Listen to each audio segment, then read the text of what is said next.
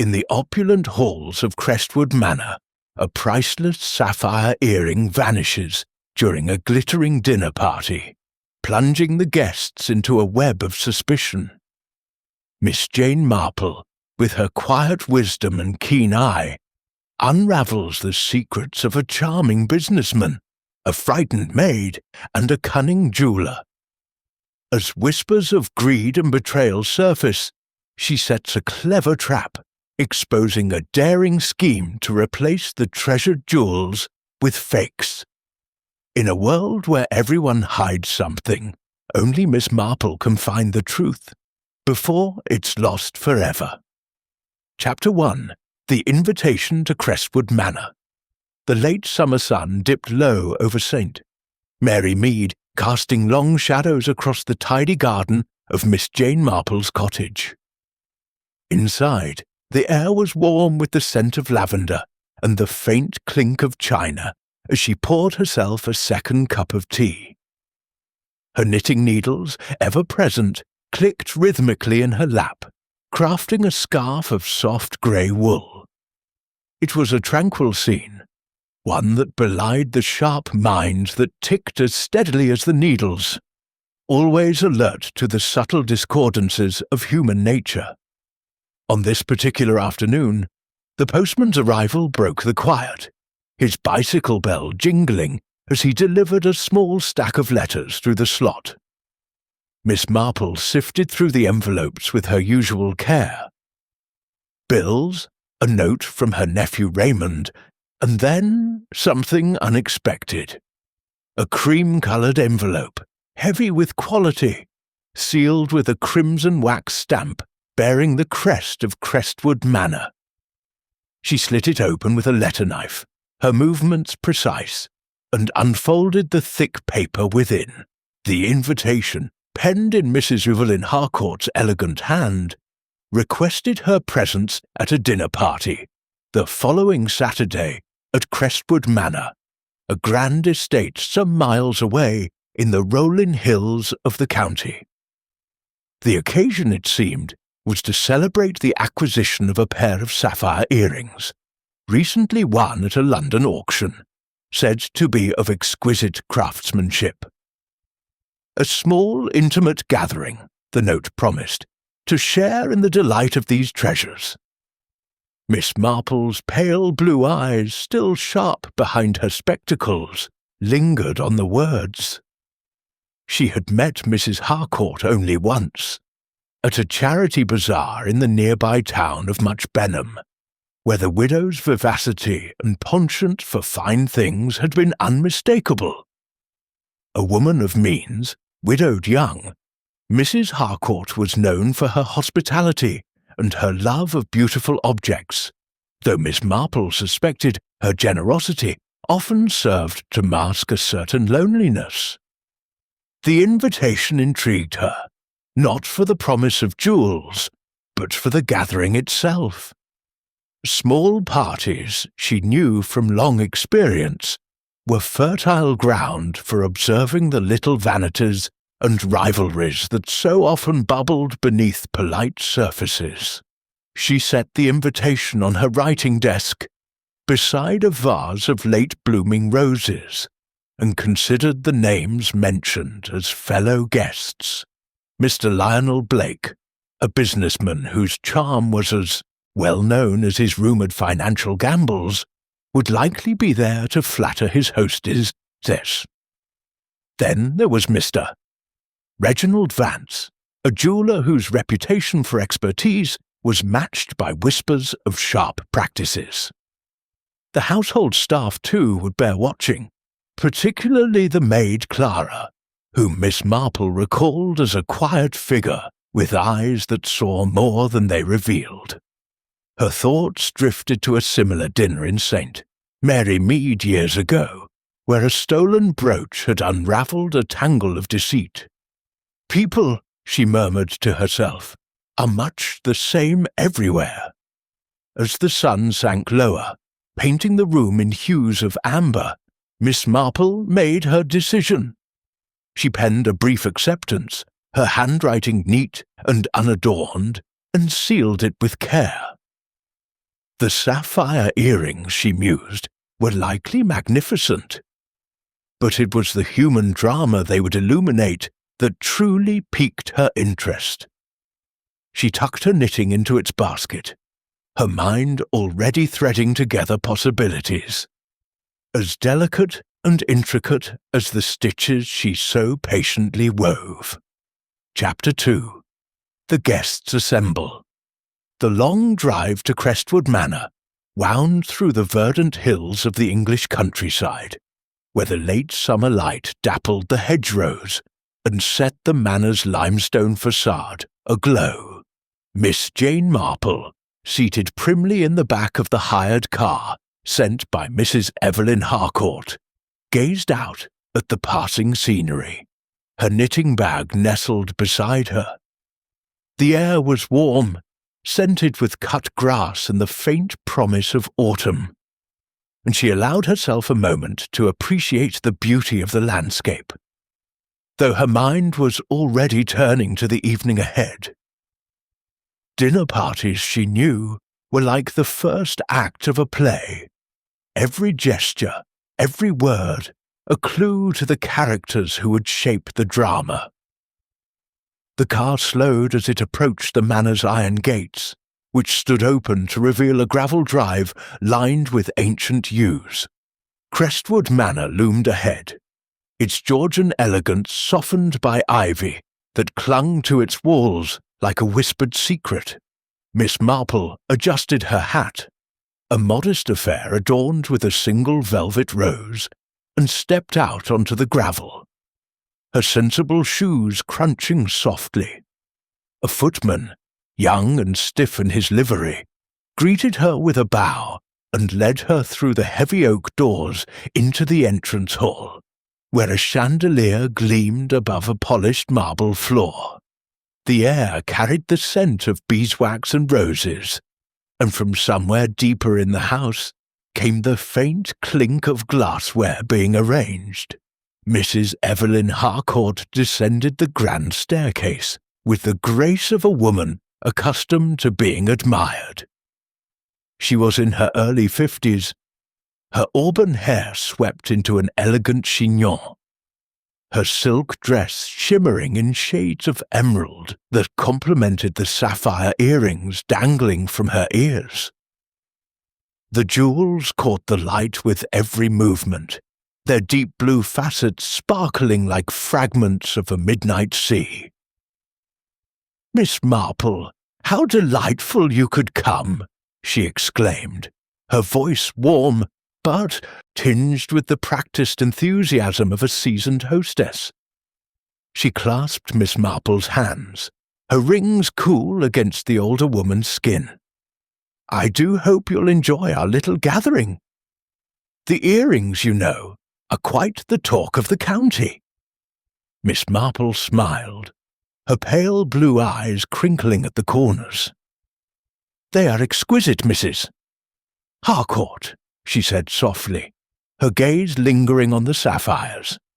"Quite a treasure." She noted the pride in her hostess's expression, but also a flicker of something else. Nervousness, perhaps, or the weight of expectation. Mrs. Harcourt led her into the drawing-room, where the other guests were beginning to assemble, their voices mingling with the soft strains of a gramophone playing Debussy. The drawing-room was a study in opulence, its walls papered in a delicate chinoiserie pattern, its furniture upholstered in rich brocades. A fire crackled in the grate, casting a warm glow over the assembled company. Mr. Lionel Blake stood by the mantelpiece, a glass of sherry in hand, his handsome features animated as he recounted a tale of a recent business venture in London. He was in his late 40s, with dark hair just beginning to silver at the temples, and a smile that seemed to promise both charm and mischief. His tailored suit spoke of wealth, but Miss Marple noted the slight fraying at his cuffs, a detail that suggested his fortunes might not be as secure as his confident demeanour implied. "Mrs. Harcourt," he said, turning as they entered, "those earrings are positively divine. They rival the stars themselves." His flattery was effusive, but his eyes, sharp and calculating, lingered on the jewels a moment too long. Miss Marple inclined her head in greeting, her expression one of polite interest, but her mind was already cataloguing. Mr. Blake's charm, she suspected, was a tool honed by necessity, perhaps to mask financial strain, or to curry favour with those who held the purse strings. She recalled a young man in St. Mary Mead, much like Mr. Blake, whose silver tongue had masked a penchant for borrowing against promises he could not keep. She tucked the thought away, like a stitch held in reserve. The maid, Clara, moved silently through the room, offering a tray of canapes with a deference that bordered on invisibility. She was a slight girl, no older than 25, with pale blonde hair pinned neatly beneath a starched cap. Her grey eyes, however, were anything but unremarkable. They darted about the room, taking in every detail, though she kept her head lowered as if to avoid notice.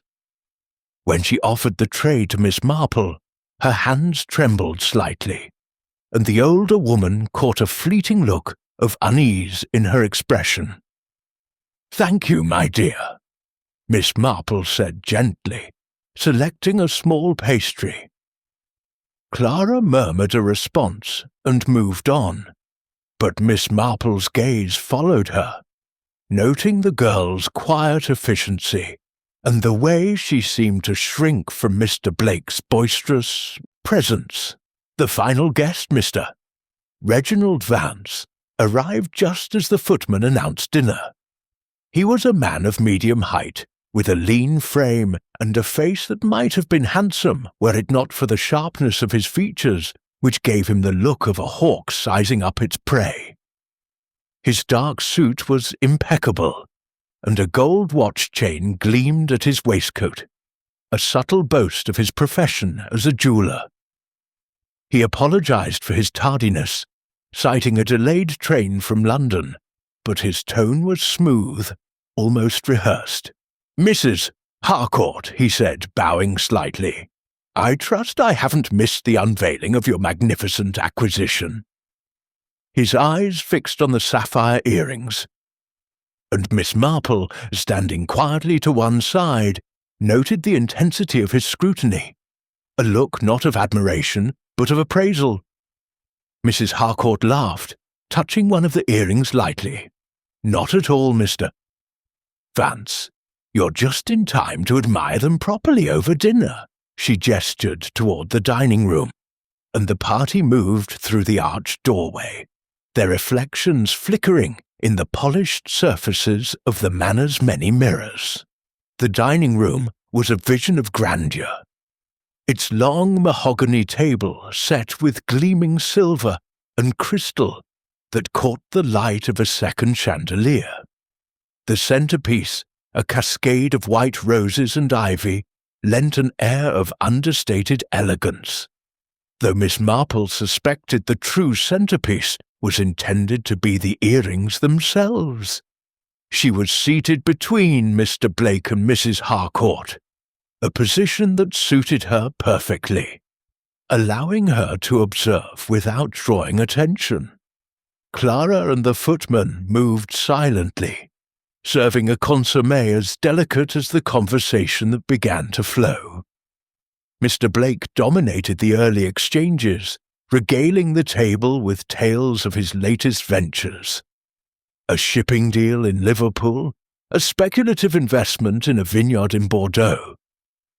His stories were entertaining, but Miss Marple noted the way Mrs. Harcourt's smile tightened when he mentioned money, as if she sensed the undercurrent of his motives.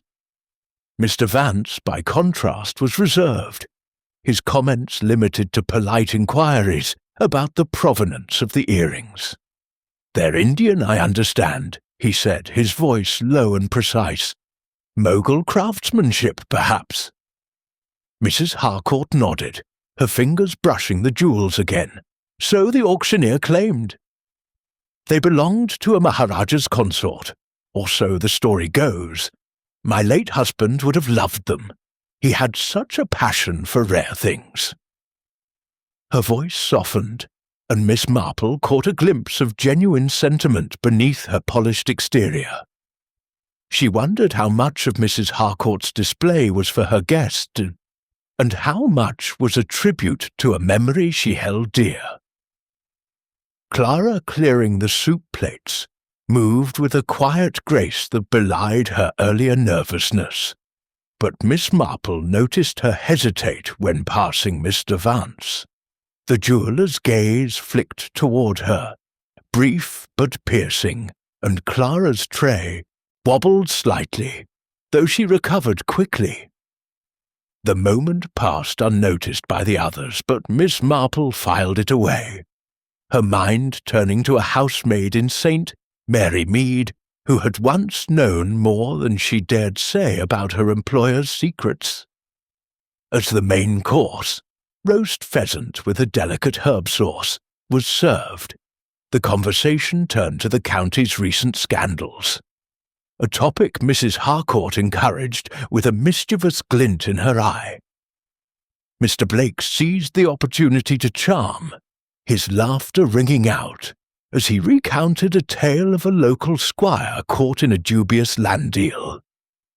Mr. Vance, however, remained aloof, his attention seemingly fixed on his plate, though Miss Marple suspected he was listening intently. She herself spoke little, offering only the occasional murmur of agreement or a gentle question that kept the conversation flowing. Her role, as always, was to observe, to note the subtle shifts in tone, the glances that lingered too long, the silences that spoke louder than words. The sapphire earrings ever present seemed to cast their own spell over the table. Mr. Blake complimented them again, his tone almost reverent, and Mrs. Harcourt preened, tilting her head to let the jewels catch the light. Mr. Vance, when pressed, offered a professional opinion, his words measured. "They are remarkable," he said, "though I'd need a closer look to confirm their quality. Sapphires of that depth are rare, and fakes are not uncommon." His comment hung in the air, and Mrs. Harcourt's smile faltered briefly before she laughed it off. Miss Marple, sipping her wine, noted the jeweller's choice of words. Fakes, he had said, as if planting a seed of doubt. As the meal progressed to dessert, a delicate lemon soufflé, the atmosphere grew warmer, the wine loosening tongues. Mr. Blake's stories grew bolder, his gestures more expansive, while Mrs. Harcourt leaned into her role as the gracious hostess, her laughter bright but tinged with an edge of strain. Clara moved silently, her presence almost ghostly, yet Miss Marple caught her stealing glances at the earrings, her expression unreadable. Mr. Vance, meanwhile, seemed to withdraw further, his sharp eyes darting between the guests as if weighing their worth alongside the jewels. Miss Marple, her hands folded neatly in her lap, let the conversation wash over her, her thoughts as precise as the stitches in the scarf she had left in her knitting bag. The room was a tapestry of motifs and masks, each guest a thread that might unravel at the slightest tug.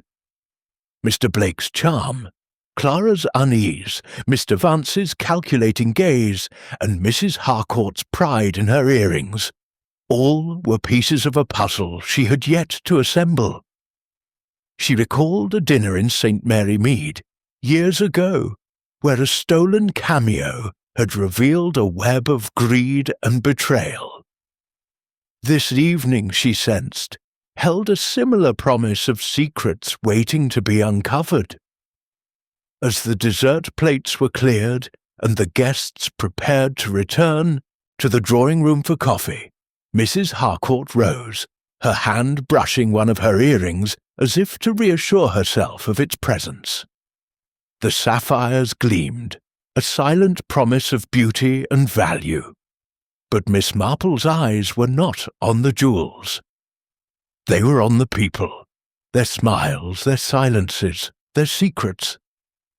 The stage was set, and she knew, with the certainty of long experience, that the drama was only just beginning. Chapter 3. The earring vanishes, the dining room at Crestwood Manor, moments ago alive with the clink of crystal and the murmur of polite conversation, fell into a stunned hush. Mrs. Evelyn Harcourt, poised at the head of the table, had just lifted her hand to adjust one of her cherished sapphire earrings when her fingers froze. Her face, flushed with the warmth of wine and company, drained of colour. "It's gone," she whispered, her voice a thread of disbelief. She touched her ear again, as if the jewel might have reappeared by some miracle. But the lobe was bare. The remaining earring dangled from her other ear, its sapphire glinting mockingly in the chandelier's light. Miss Jane Marple, seated to Mrs. Harcourt's left, set down her dessert spoon with deliberate care, her pale blue eyes sharpening behind her spectacles. The room's sudden stillness was like the pause before a storm, and she felt the familiar prickle of anticipation. A theft, she knew, was never just about the object taken. It was a window into the hearts of those present. She glanced around the table, noting the reactions of the guests, each as telling as a line in a ledger. Mr. Lionel Blake, his charm momentarily eclipsed by surprise, leaned forward, his dark brows knitting together. "Gone? Surely it's just slipped off, Mrs. Harcourt?" His tone was solicitous, but Miss Marple caught the quick flick of his eyes toward the floor, as if he expected or hoped to spot the jewel gleaming against the Aubusson carpet. Mr. Reginald Vance, the jeweller, sat back in his chair, his sharp feature composed, but his fingers tightening briefly around his coffee cup. "How extraordinary," he said, his voice smooth as polished stone. "Was it secure when you sat down?" The question was innocent enough, but Miss Marple noted its precision, as if he were already calculating the circumstances of the loss. Clara, the maid, stood frozen near the sideboard, a tray of liqueurs trembling in her hands. Her grey eyes widened, and a faint flush crept up her neck. Though whether from guilt or mere shock, Miss Marple could not yet determine. The footman, hovering near the door, looked equally startled, his youthful face betraying a nervous glance toward Clara, as if seeking her lead. Mrs. Harcourt, recovering her composure, rose with a rustle of silk. "I'm certain 'twas there at the start of dinner," she declared, her voice firm despite the tremor in her hands. "I felt it when I adjusted my hair before we sat down. It can't have gone far." Her eyes, bright with a mix of indignation and distress, swept the room, as if the earring might be persuaded to reveal itself under her gaze. Miss Marple, ever unobtrusive, suggested gently, "Perhaps we should search the immediate area first, Mrs. Harcourt. It may have fallen during the meal." Her tone was calm, almost soothing, but her mind was already at work, piecing together the sequence of the evening. The earring, she recalled, had been prominent throughout dinner, its sapphire catching the light with every turn of Mrs. Harcourt's head. A loose clasp might explain its disappearance, but the timing felt too convenient, too dramatic. Mrs. Harcourt seized on the suggestion, rallying her guests with the air of a general marshalling troops. Yes, yes, let's look at once. Lionel, would you check under the table? Mr. Vance, perhaps you could examine the chairs? Clara, the carpet, please. Her commands were brisk, but Miss Marple noted the slight quaver in her voice, the way her fingers clutched the remaining earring as if to anchor it in place. The search began with a flurry of activity. Mr. Blake, with an exaggerated show of diligence, dropped to his knees, peering beneath the table, his hands patting the carpet as if he might unearth a treasure.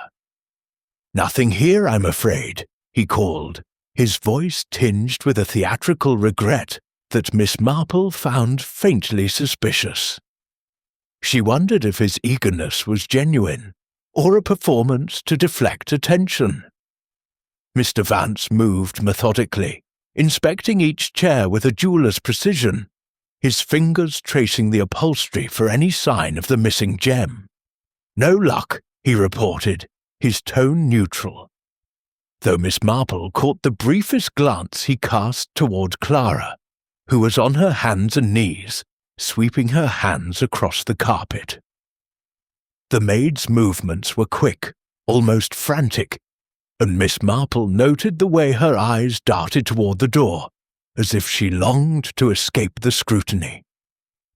The footman, under Mrs. Harcourt's direction, checked the sideboard and the corners of the room, his movements awkward but thorough. Miss Marple herself rose, her steps slow and deliberate, and peered into the folds of the tablecloth, though she suspected the earring would not be found so easily. Her mind returned to a similar incident in St. Mary Mead, where a silver spoon had vanished during a tea party, only to be found later in the pocket of a guest with a penchant for kleptomania. This, however, felt different, more deliberate, more calculated. Mrs. Harcourt, growing more agitated, insisted on a broader search. "We must check the drawing-room too. I was there before dinner. And the hallway. Perhaps it fell when I greeted you all." Her voice rose, and Miss Marple saw the strain in her eyes, the fear that her prized possession was not merely misplaced, but stolen. The idea of theft hung unspoken in the air, a shadow over the glittering evening. Mr. Blake, rising from his search, brushed off his trousers and offered a reassuring smile. "It's possible a thief slipped in, Evelyn. These old houses have so many doors and windows." His suggestion was met with a sceptical glance from Mr. Vance, who countered, "The manor was locked, was it not? I noticed the windows were secure when I arrived." His observation was sharp, and Miss Marple noted the way he emphasized the security, as if to shift suspicion elsewhere. Mrs. Harcourt, her composure fraying, turned to Clara. "Did you see anyone near me during dinner, Clara? Anyone who might have brushed against me?" The question was pointed, and the maid flinched, her hands twisting in her apron. "No, ma'am," she murmured, her voice barely audible. "I was serving. I didn't notice anything." Her eyes dropped to the floor, and Miss Marple felt a pang of sympathy for the girl, whose nervousness seemed to deepen under scrutiny. To ease the tension, Miss Marple suggested, "Perhaps we should check our own belongings, just to be thorough." A clasp might have caught on a sleeve or a shawl. She offered the idea with a disarming smile, knowing it would reveal little, but would force each guest to participate in the ritual of innocence. Mrs. Harcourt agreed, and the guests, with varying degrees of reluctance, turned out their pockets and bags. Mr. Blake produced a handkerchief and a few coins with a flourish, while Mr. Vance carefully emptied his pockets, revealing a small magnifying glass and a notepad, items befitting his trade, Clara, under Mrs. Harcourt's watchful eye, opened her apron pockets, which held only a few crumbs and a spare napkin. Miss Marple herself opened her small handbag, displaying a handkerchief, a pair of spectacles, and a ball of wool, her expression one of mild apology. The search yielded nothing, and the atmosphere grew heavier. Mrs. Harcourt sank into a chair, her hand clutching the remaining earring. "It's not just the value," she said, her voice breaking. "They were a gift from my husband, you see. He chose them for me before he—" She trailed off, and Miss Marple, with a gentle pat on her arm, murmured, "There, there, my dear, we'll find it." But her mind was elsewhere, sifting through the evening's details, the way the earring had been secure at the start, the brief moments when Mrs. Harcourt had turned her head, the proximity of each guest during the meal. Mr. Vance, ever the professional, offered to examine the remaining earring. "If I may, Mrs. Harcourt, I could check the clasp of the one you still have. It might give us a clue." His tone was solicitous, but Miss Marple detected a note of eagerness, as if he welcomed the chance to handle the jewel. Mrs. Harcourt hesitated, then nodded, carefully removing the earring and handing it to him. He held it to the light, his fingers deft, and pronounced the clasp intact. "A fine piece," he said, returning it with a small bow. "But the other may have had a fault we didn't." Notice Miss Marple, watching closely, noted the way his hands moved. Quick, practiced, like a conjurer's. She recalled a magician she had seen in London years ago, whose sleight of hand had made a watch vanish from a gentleman's pocket. The memory sharpened her suspicion, though she kept her expression serene, her hands folded neatly in her lap. As the guests dispersed to the drawing-room for coffee, the mood was subdued, the earlier gaiety replaced by unease. Mrs. Harcourt, clutching her single earring, vowed to call the police in the morning if the jewel wasn't found. Mr. Blake offered to stay and assist with further searches, while Mr. Vance suggested contacting his contacts in the jewellery trade to watch for the earring's appearance. Clara, dismissed for the night, slipped away, her steps quick and silent. Miss Marple, lingering by the dining-room door, took one last look at the table, the chairs, the carpet, as if the room itself might whisper its secrets. Back in the drawing-room, the gramophone played softly, but the music did little to lift the tension. Miss Marple sipped her coffee, her eyes moving from one guest to another, her mind weaving a pattern from the threads of the evening. A theft, she knew, was never random. It was born of motive, opportunity, and daring. Someone in this room had seized that opportunity, and she intended to find out who. Chapter 4. Whispers of Motive. The morning after the dinner party, Crestwood Manor seemed to hold its breath, as if the very walls were waiting for the mystery of the missing sapphire earring to unravel. The sun filtered through the tall windows of the drawing-room, casting long, golden shafts across the polished floor. But the warmth did little to dispel the chill of suspicion that lingered from the previous night. Miss Jane Marple, seated in a high-backed armchair near the fireplace, sipped her tea with her usual composure, her knitting needles resting idle in her lap. Her pale blue eyes, sharp and unobtrusive, moved from one occupant of the room to another, noting the subtle shifts in their demeanour, the unspoken tensions that hung like cobwebs in the air.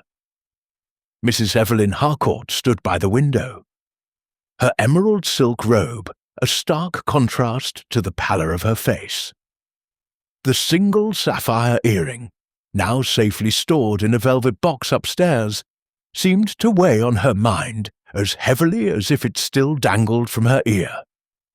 "I simply cannot understand it," she said, her voice a mix of frustration and despair. "Those earrings were insured, of course, but their sentimental value. My husband chose them for me, you know, on our last trip to Paris." Her fingers twisted a lace handkerchief, and Miss Marple noted the genuine distress in her eyes, though she wondered if it was tinged with a touch of theatricality, as if Mrs. Harcourt were playing the role of the bereaved owner for her audience. Mr. Lionel Blake, lounging on a velvet settee, looked less polished than the night before. His dark hair was slightly dishevelled, and his tie was loosened, as if he had slept poorly, or not at all. He had stayed the night at Mrs. Harcourt's insistence, along with Miss Marple and Mr. Vance, to assist with any further searches. "It's a dashed bad business, Evelyn," he said, his tone sympathetic but edged with a restlessness that Miss Marple found intriguing. "Have you considered calling in a private detective?" "Someone discreet, of course." His suggestion was casual, but his eyes flicked toward the door, as if he half expected an intruder to appear. Miss Marple, stirring her tea, murmured, "The police may be the wiser course, Mrs. Harcourt. They have methods for such things." She spoke softly, her words a gentle nudge, knowing that the mention of official intervention often prompted revealing reactions. "Sure enough, mister." Blake's jaw tightened, and he reached for his cigarette case, lighting one with a quick, nervous motion. She recalled a young man in St. Mary Mead, a gambler like Mr. Blake, whose debts had driven him to desperate acts. Could Mr. Blake's charm and easy manner conceal a similar desperation? The door opened, and Clara entered with a fresh pot of tea, her movements precise, but her face pale, as if she had not slept either. The maid's grey eyes avoided the guests, focusing instead on the tray she carried. As she set it down, a saucer slipped from her grasp, clattering onto the table. She gasped, her hands flying to her mouth, and Mrs. Harcourt's head snapped up. "Clara, do be careful," she said sharply, then softened, as if regretting her tone. "You're not yourself this morning, are you?" "I'm sorry, ma'am," Clara mumbled, her voice barely audible. "It's just the earring and all." She busied herself with the tray, but Miss Marple caught the tremble in her fingers, the way her eyes darted toward Mr. Blake, who was blowing a smoke ring with studied nonchalance. The maid's nervousness, Miss Marple thought, was more than mere embarrassment over a dropped saucer. It was the fear of someone who knew, or suspected, something dangerous. "Clara, my dear," Miss Marple said kindly, leaning forward, "you must have been terribly shaken by last night's events. Did you notice anything unusual during dinner? A guest lingering near Mrs. Harcourt, perhaps?" Her question was gentle, almost conversational, but she watched the girl closely, noting the way her shoulders stiffened. "No, miss," Clara said quickly, too quickly. "I was busy serving. I didn't see anything." She curtsied and retreated to the door, her steps hurried, as if eager to escape the room. Miss Marple's lips pursed slightly. The girl's denial was not unexpected, but it confirmed her suspicion that Clara was holding something back, perhaps out of loyalty, or perhaps out of fear. Mrs. Harcourt sighed, sinking into a chair opposite Miss Marple. "I've questioned the staff, of course," she said. "The footman swears he saw nothing, and the cook was in the kitchen all evening." Clara's been with me for over a year, and she's always been reliable, but—" Her voice trailed off, and she glanced at Mr. Blake, as if seeking his opinion. Blake stubbed out his cigarette, his expression thoughtful. "Servants can be tempted, you know. A jewel like that could fetch a pretty penny. Not that I'm accusing anyone," he added hastily, catching Mrs. Harcourt's frown. "But times are hard for some." His words were smooth, but Miss Marple noted the way he avoided Clara's name, as if he sensed her vulnerability and chose to skirt it. She wondered if his comment was meant to deflect attention from himself, a man whose financial troubles were whispered about in the county. At that moment, Mr. Reginald Vance entered, his dark suit as immaculate as ever, his gold watch chain glinting in the morning light. He carried a small leather case, which he set on a side table with a faint air of authority. "Good morning," he said, his voice clipped but polite. "I trust you've all recovered from last night's excitement." His eyes, sharp as a hawk's, swept the room, lingering briefly on Mrs. Harcourt's drawn face, before settling on Miss Marple, who met his gaze with a placid smile. "Not quite, Mr. Vance," Mrs. Harcourt said, her tone weary. "I've decided to call the police this afternoon if the earring isn't found." "But I'd like your opinion first. You're the expert, after all." She gestured toward the velvet box on the mantelpiece, where the remaining earring lay. "Would you mind examining it again? Perhaps there's a clue to why the other came loose."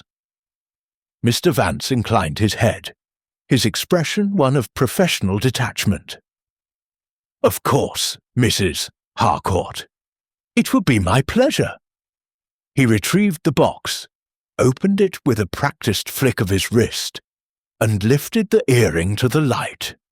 His fingers, Miss Marple noted, were steady and precise, the hands of a man accustomed to handling delicate objects. He examined the clasp, turning it slowly, his face impassive. "The setting is sound," he said at last. "No visible flaws. The other may have had a defect, though it's curious it wasn't noticed before." He returned the earring to its box, his movements deliberate, and Miss Marple caught the faintest flicker of something, satisfaction perhaps, in his eyes. "Curious indeed," she murmured, her voice so soft it might have been a thought spoken aloud. She recalled a jeweller in St. Mary Mead who had once been caught swapping paste for pearls, his expertise a perfect cover for deceit. Mr. Vance's calm demeanour, she thought, was a mask as carefully crafted as any gem he might appraise. She made a mental note to visit his shop in Much Benham, ostensibly for a repair, but really to observe him in his own domain. Mr. Blake, perhaps sensing the conversation's drift, stood and paced to the window, his hands thrust into his pockets. "I've been thinking," he said, turning back to the room. "Those earrings are worth a fortune, Evelyn. If someone took it, they'd need a buyer, wouldn't they? Someone who wouldn't ask questions." His tone was speculative, but Miss Marple caught the undercurrent of anxiety, as if he were testing the waters, gauging the room's reaction. Mr. Vance raised an eyebrow, his lips curling into a faint smile. "A professional thief would know better than to try selling such a distinctive piece locally," he said. "It would likely go to London or abroad. I could make inquiries through my contacts if you wish, Mrs. Harcourt." His offer was generous, but Miss Marple noted the way he emphasized his connections, as if to underscore his indispensability. Mrs. Harcourt brightened slightly.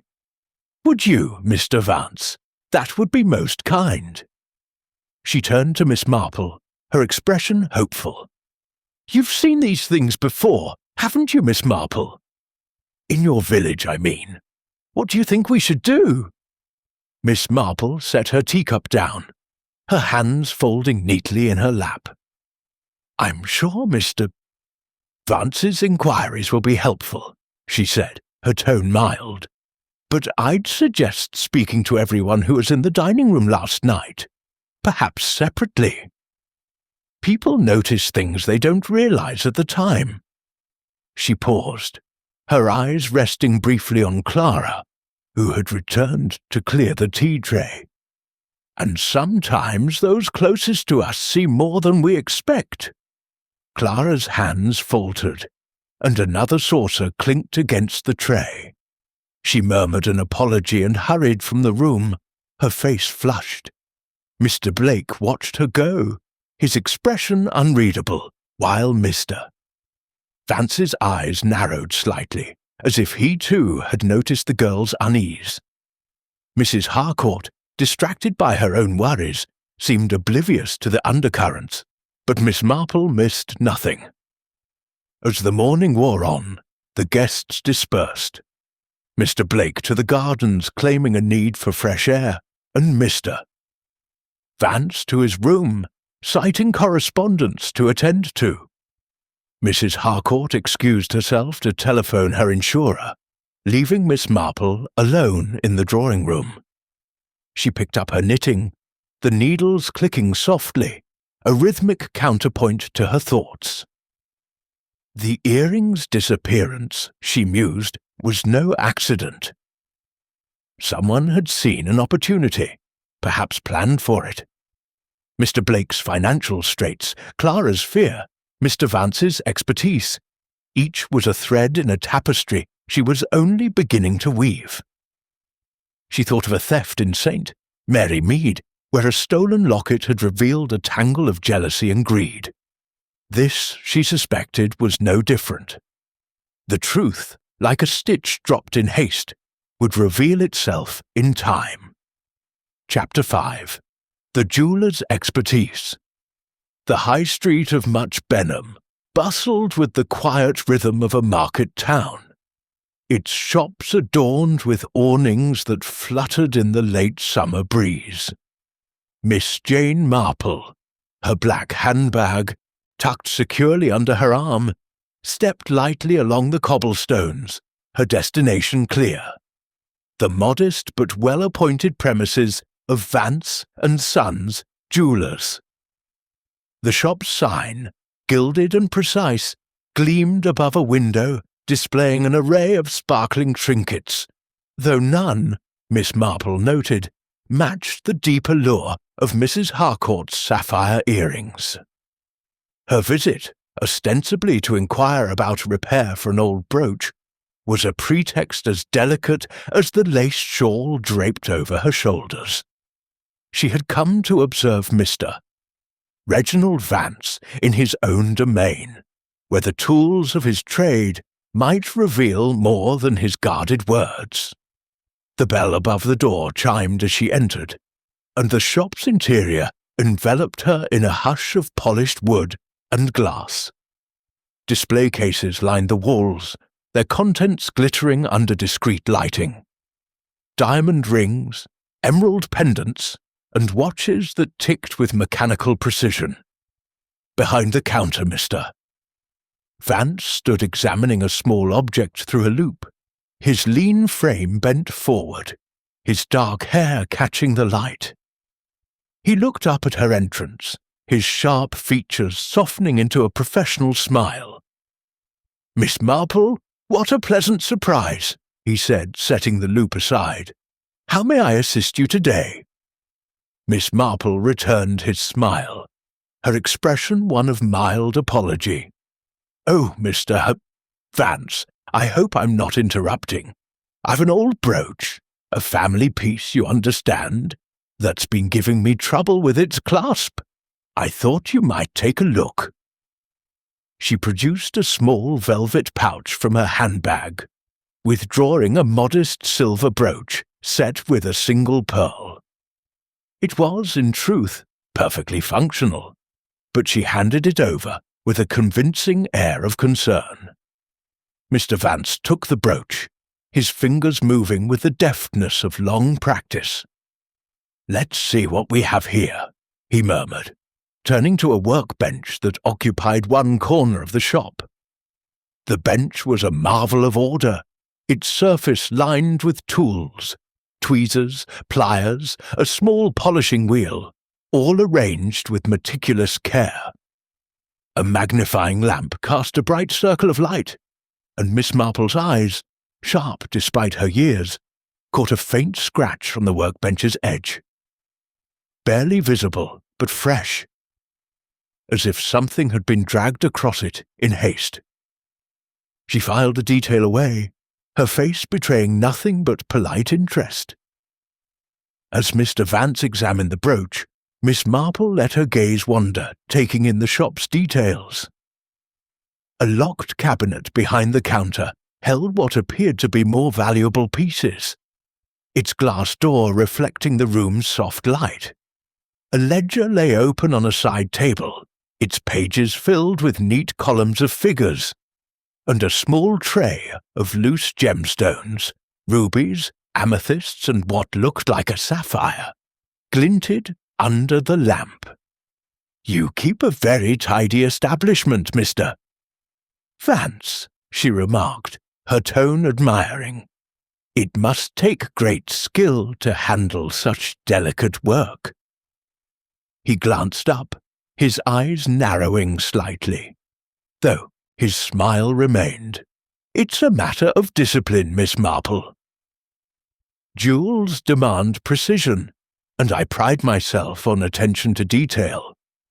He turned the brooch under the lamp, his movements deliberate. "The clasp is a touch loose, but easily fixed. I could have it ready by tomorrow, if you like." "That would be most kind," she replied, then added casually, "I suppose you must see all sorts of treasures in your trade. Mrs. Harcourt's earrings, for instance. Such remarkable pieces. It's a pity one has gone missing."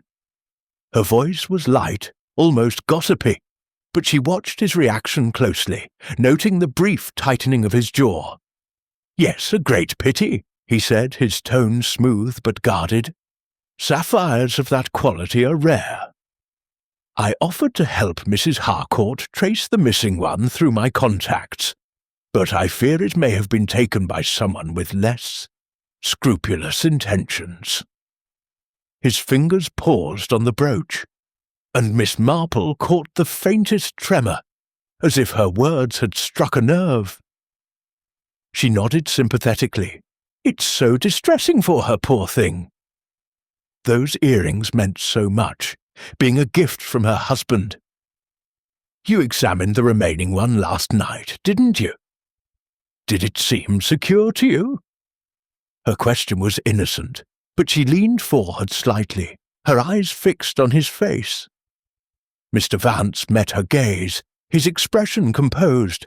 "Quite secure," he said. "The clasp was flawless, as I told her. The missing one may have had a fault, though it's hard to say without seeing it." He returned the brooch to its pouch, his movements unhurried, and Miss Marple noted the way he avoided lingering on the topic of the earrings, as if eager to steer the conversation elsewhere. Back at Crestwood Manor, the atmosphere remained taut, the shadow of the theft lingering like a guest who had overstayed their welcome. Miss Marple, returning in the early afternoon, found Mrs. Harcourt in the library, poring over a stack of insurance papers. The widow's auburn hair was slightly dishevelled, and her eyes bore the strain of a sleepless night. "Oh, Miss Marple," she said, looking up, "I've just spoken to the insurers. They'll cover the loss, but it's not the same. I keep thinking of how Edward, my husband, chose those earrings for me. He said they matched my eyes." Her voice wavered, and Miss Marple, with a gentle pat on her hand, murmured words of comfort, though her mind was already turning to the morning's discoveries. Mr. Lionel Blake was absent, having gone into Much Benham on some vague errand, but Mr. Vance was in the drawing-room, conferring with Mrs. Harcourt's butler about the manor's security. Miss Marple joined them, her presence as unassuming as ever, and listened as Mr. Vance suggested reinforcing the window locks. "A precaution," he said, "in case the thief tries again." His concern seemed genuine, but Miss Marple wondered if it was a calculated move to ingratiate himself further with his hostess. Later, as she sat with Mrs. Harcourt over tea, the conversation turned to Mr. Vance's offer to replace the missing earring. "He's been so kind," Mrs. Harcourt said, stirring her tea absently. "He says he can source a matching sapphire and craft a new earring at a very reasonable price. It won't be the same, of course, but it's better than having just one." Her tone was hopeful, but Miss Marple's heart quickened. The offer, so generously made, struck her as suspiciously convenient. She recalled a case in St. Mary Mead where a jeweller had offered to replace a stolen ring, only to be found later selling the original for profit. "That's very generous of Mr. Vance," Miss Marple said, her voice soft. "Though I wonder if it might be wise to have the remaining earring appraised by another expert, just to be certain of its value." She sipped her tea, watching Mrs. Harcourt's reaction. The widow frowned, as if the idea had not occurred to her, and nodded slowly. "You may be right," she said. "I trust Mr. Vance, of course, but it can't hurt to be thorough." She set her cup down, her resolve strengthening, and Miss Marple felt a quiet satisfaction. The seed of doubt had been planted, and she suspected it would bear fruit in time. As the afternoon waned, Miss Marple took a turn about the manor's gardens, her thoughts as orderly as the clipped hedges. The scratch on Mr. Vance's workbench, the tray of loose gemstones, his offer to replace the earring, all pointed to a man whose expertise could be turned to less honourable ends. Yet she needed more than suspicion. She needed evidence. She thought of Clara, the maid, whose fear of Mr. Vance suggested a deeper connection, and of Mr. Blake, whose financial troubles might make him a convenient distraction.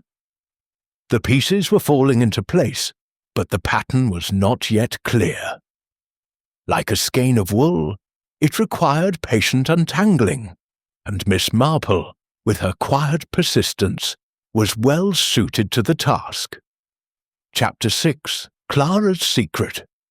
The afternoon light filtered through the tall windows of Crestwood Manor, casting a soft glow over the polished surfaces of the pantry, where Clara, the maid, was polishing silver with a fervour that bordered on desperation.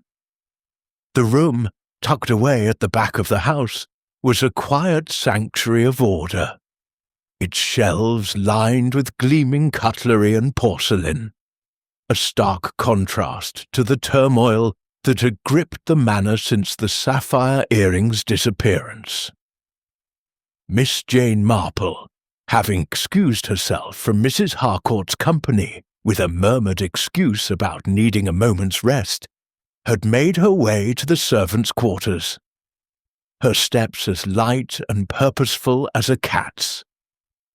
She knew that the truth often lay in the shadows, in the places where people like Clara felt safe enough to let their guards slip. Clara looked up as Miss Marple entered, her grey eyes widening with a flicker of alarm. Her hands clutching a silver candlestick, and a polishing cloth stilled, and a faint flush crept up her pale cheeks. "Oh, miss," she said, her voice low and hurried, I didn't hear you come in. Can I fetch you something? Tea, perhaps?" She set the candlestick down, her movements jerky, as if she longed to flee the room. Miss Marple smiled, her expression as gentle as a summer breeze. "No, thank you, my dear," she said, settling onto a wooden stool near the workbench.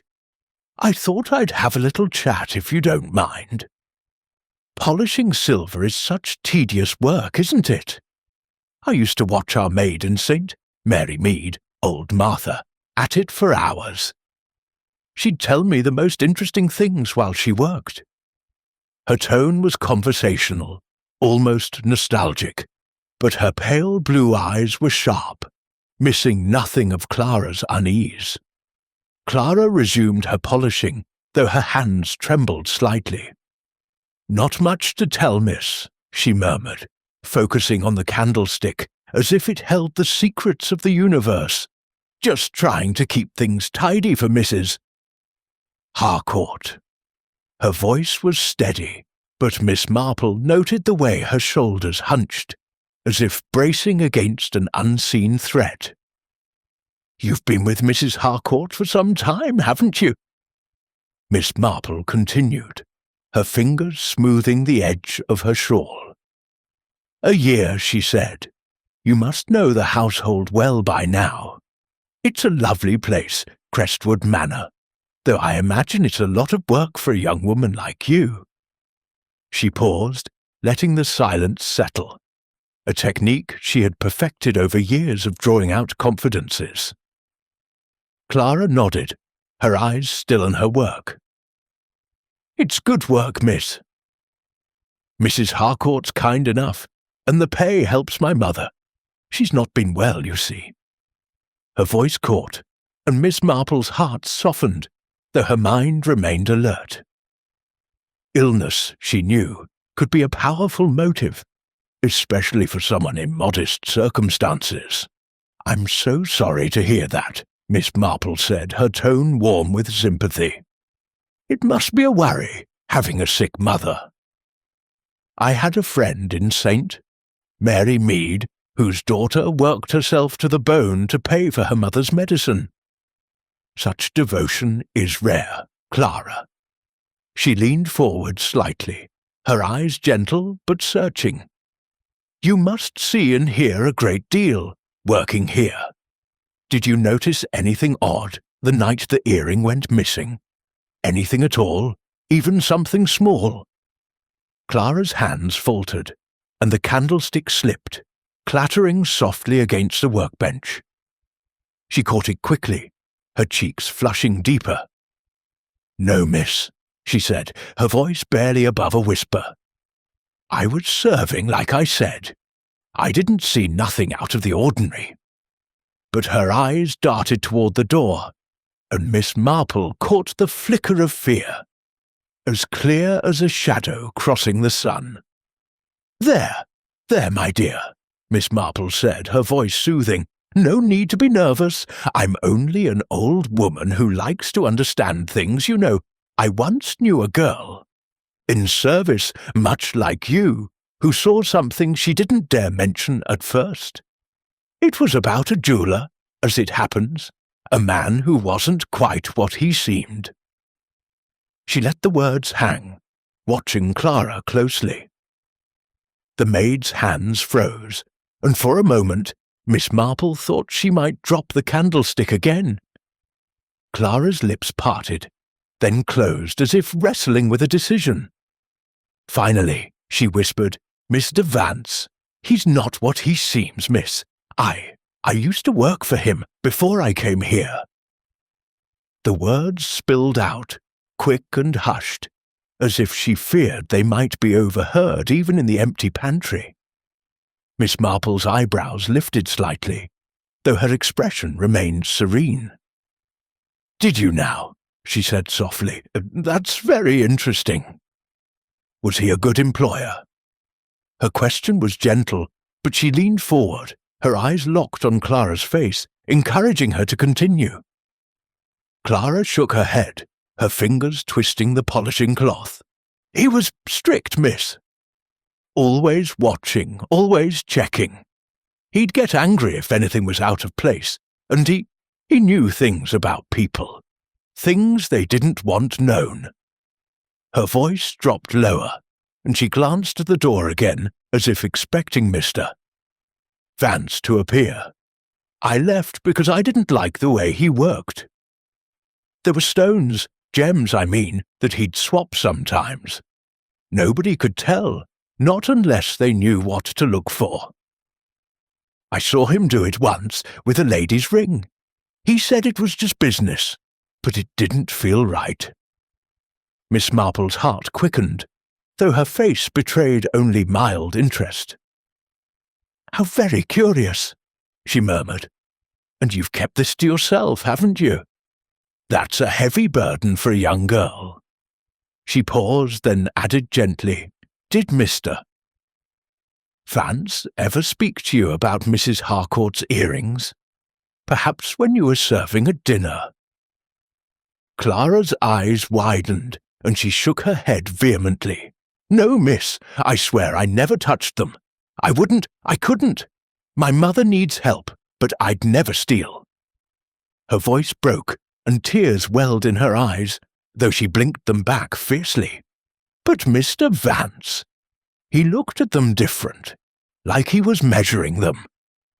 "I saw him at dinner, when he was close to Mrs. Harcourt. His hands moved so quick, like when he used to work at his bench. I didn't say nothing because I was scared he'd know it was me who spoke." Miss Marple reached out, patting Clara's hand with a warmth that belied the sharpness of her thoughts. "You've done right to tell me, my dear," she said, "and you needn't worry. I'm just an old woman who likes to listen. Your secret's safe with me." She smiled, her eyes crinkling, but her mind was racing, weaving Clara's revelation into the pattern she was beginning to discern. The maid's fear of Mr. Vance, his history of swapping gems, his quick hands at dinner, all pointed to a man whose expertise could mask deceit as easily as it crafted. Beauty Clara, relieved by the unburdening, resumed her polishing, though her hands were steadier now. "Thank you, miss," she whispered. "I didn't know who to tell. I just want Mrs. Harcourt to have her earring back." Her sincerity was palpable, and Miss Marple nodded, her heart warmed by the girl's honesty, though she knew Clara's knowledge made her vulnerable. As Miss Marple rose to leave, she paused at the door, turning back with a thoughtful look. "One more thing, Clara," she said. "Did Mr. Vance ever ask you to keep an eye on things here at the manor? Perhaps about Mrs. Harcourt's habits, or her jewels?" Her question was gentle, but it landed like a stone in still water. Clara's flush deepened, and she hesitated before shaking her head. "No, miss, not exactly. But he asked once, when I first started here, if Mrs. Harcourt kept her jewels locked up. I told him I didn't know, and he didn't ask again." She looked down, her fingers tightening on the cloth. "I shouldn't have said anything, should I?" "You've done nothing wrong," Miss Marple assured her, her voice firm but kind. "You just keep doing your work and don't worry. Things have a way of sorting themselves out." She smiled and stepped into the hallway, her mind alight with new possibilities. Back in the drawing room, Miss Marple found Mrs. Harcourt alone, the insurance papers still spread before her. The widow looked up, her face weary but hopeful. "Any news, Miss Marple?" she asked, her voice tinged with desperation. "Not yet, my dear," Miss Marple replied, settling into a chair. "But I've been thinking about that earring, and I wonder if we might ask Clara a few more questions. She's a sharp girl, you know, and she sees more than she lets on." Her suggestion was casual, but she watched Mrs. Harcourt's reaction, noting the flicker of surprise in her eyes. "Clara," Mrs. Harcourt said, frowning. "She's a good girl, but she's so quiet. Do you think she knows something?" Her tone was uncertain, but Miss Marple's gentle nod seemed to reassure her. "Sometimes," Miss Marple said, "the quiet ones notice the most. In St. Mary Mead, we had a maid who solved a theft just by remembering a guest's odd behaviour. Let's have a little chat with her later, shall we?" She smiled, her needles clicking softly as she resumed her knitting, but her thoughts were far from the wool in her hands. Clara's secret had confirmed her suspicions about Mr. Vance, but she needed more, a glimpse into his world, a trace of his intent. The truth, she knew, was like a hidden stitch, waiting to be unpicked with care. Chapter 7. Mr. Blake's Gambit. The gardens of Crestwood Manor stretched out in a tapestry of late summer blooms, their colours softened by the afternoon sun that hung low over the rolling hills. Miss Jane Marple, her shawl draped lightly over her shoulders, strolled along a gravel path lined with lavender and dead roses, her sensible shoes crunching softly. She had excused herself from the Manor's drawing-room, where Mrs. Evelyn Harcourt was still fretting over her insurance papers, claiming a need for fresh air. In truth, her purpose was to observe Mr. Lionel Blake, whose restless pacing she had glimpsed from a window earlier that day. His agitated movements, so unlike the polished charm he had displayed at dinner, suggested a man wrestling with more than mere sympathy for his hostess's loss. As she rounded a corner near a stone fountain, its gentle trickle a counterpoint to the distant hum of bees, Miss Marple spotted Mr. Blake standing beneath an ancient yew tree. His dark suit was rumpled, and he was speaking into a portable telephone, a modern contraption that seemed out of place in the timeless serenity of the garden. His voice, low and urgent, carried just enough for her to catch fragments of the conversation. "Yes, I know it's overdue. A valuable item, I promise. By next week, you'll have it." He paced as he spoke, his free hand gesturing sharply, as if to ward off an unseen creditor. Miss Marple, pausing behind a trellis of climbing clematis, adjusted her spectacles and listened, her expression one of mild curiosity, though her mind was as keen as a blade. Mr. Blake ended the call abruptly, slipping the telephone into his pocket with a scowl. He lit a cigarette, the match flaring briefly in the shade, and exhaled a plume of smoke that curled upward like a question mark. Miss Marple, stepping forward as if she had just arrived, called out softly, "Miss Blake, what a lovely spot you found. I do hope I'm not intruding." Her voice was gentle, almost apologetic, but her eyes missed nothing. The tension in his shoulders, the quick glance he cast over his shoulder, as if fearing eavesdroppers. "Not at all, Miss Marple," he said, recovering his charm with an effort. He flashed a smile, though it lacked the easy warmth of the previous evening. "Just taking a moment to clear my head. This business with the earring has us all on edge, doesn't it?" He gestured toward the fountain, inviting her to join him, and she obliged, settling onto a stone bench with a view of the Manor's ivy-clad walls. "It's most distressing," Miss Marple agreed, folding her hands in her lap. "Poor Mrs. Harcourt is quite beside herself. I suppose you've known her for some time." Her question was casual, but she watched him closely, noting the way his fingers tightened around the cigarette. "Oh, a few years now," he said, leaning against the fountain's edge. "Met her through mutual friends in London. She's a generous soul, always hosting these splendid gatherings. Shame about the earring, though. Makes one wonder who'd have the nerve to pinch it right under our noses." His tone was light, but Miss Marple caught the nervous edge. The way his eyes avoided hers, drifting instead to the distant hills. "Indeed," she said, her voice soft. "It would take a bold person, or perhaps a desperate one. In St. Mary Mead, we once had a young man, quite charming like yourself, who took a silver tray to settle a debt. He thought no one would notice, but people always do, don't they?" She smiled, her eyes crinkling, but the words landed with precision, and she saw a flicker of unease cross his face.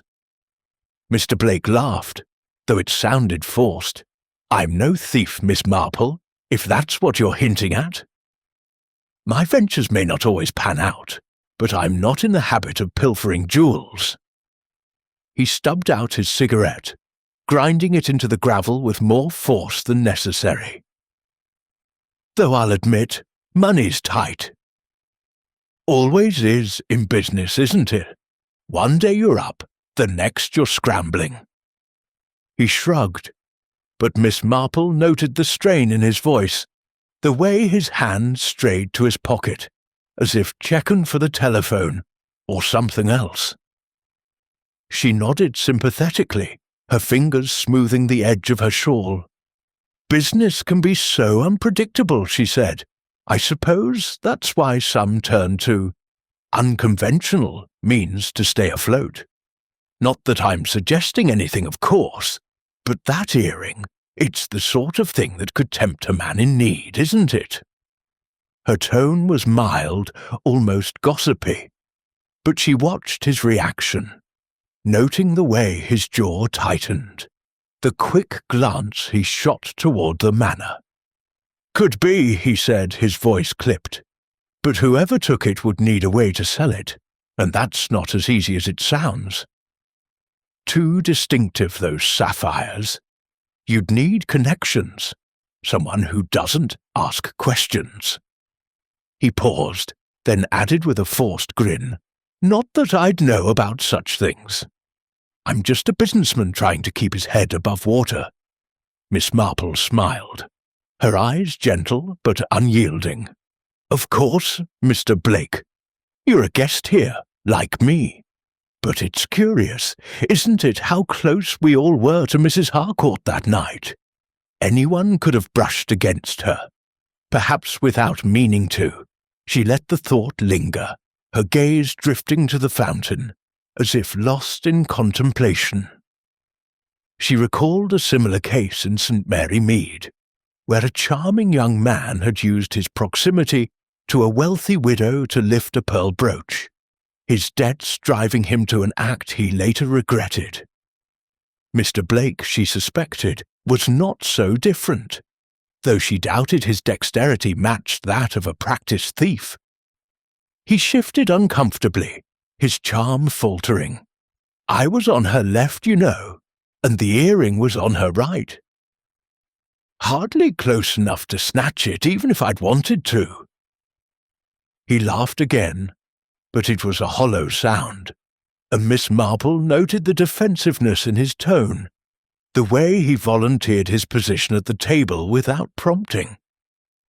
"Quite so," she said, rising from the bench with a small sigh, as if the effort wearied her. "Well, I mustn't keep you from your walk, Mr. Blake. These gardens are so soothing, aren't they? Just the place to think things over."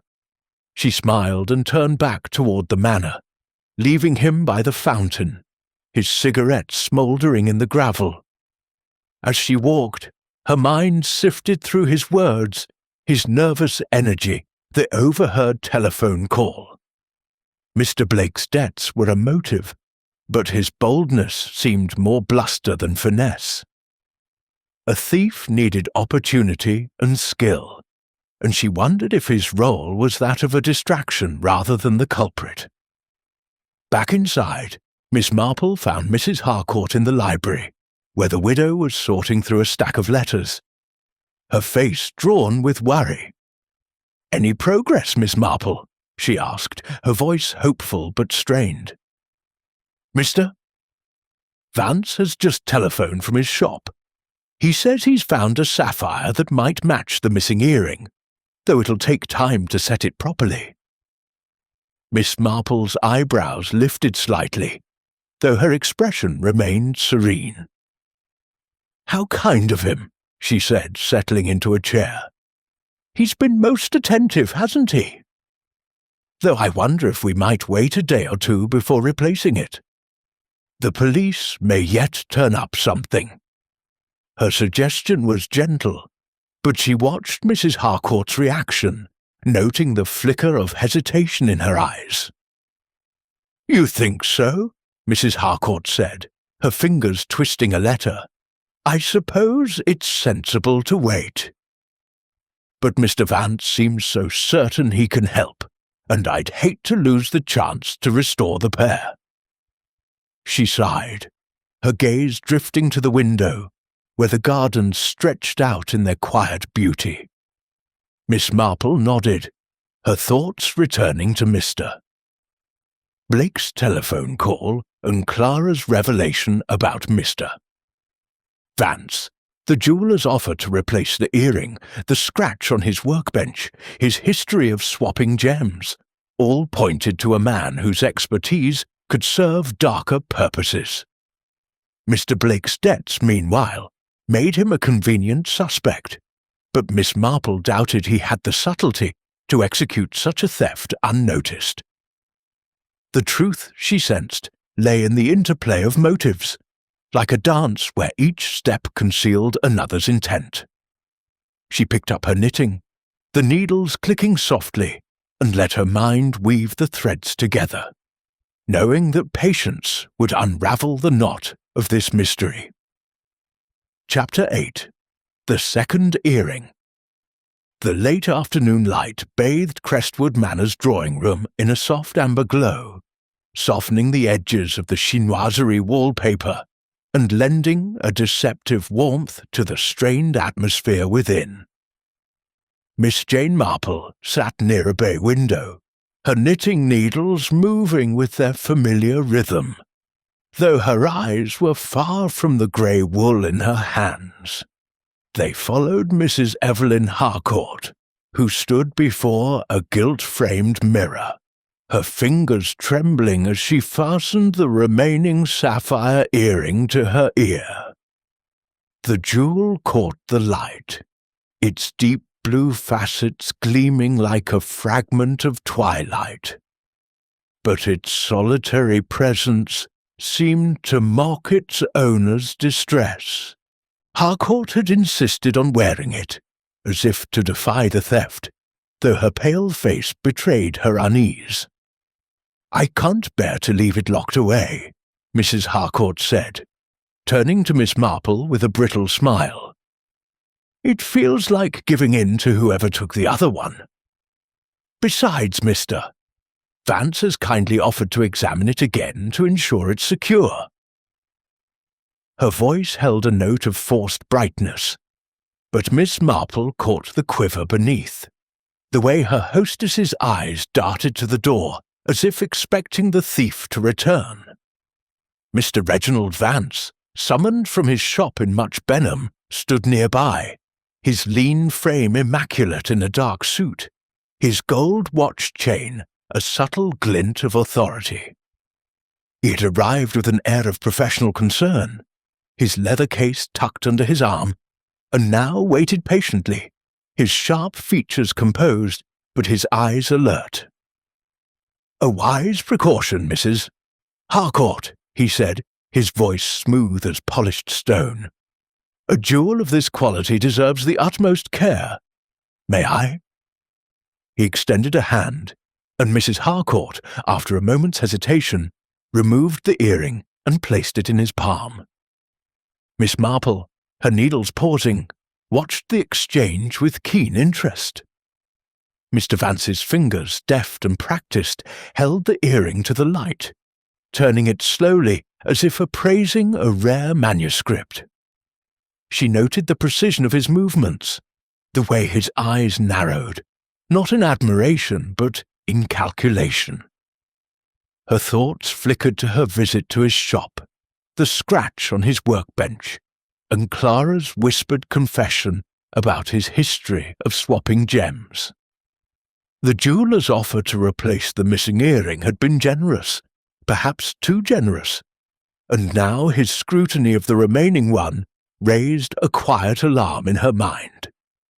"It's a remarkable piece," Mr. Vance said at last, his tone measured. "The sapphire is flawless, and the setting is exquisite.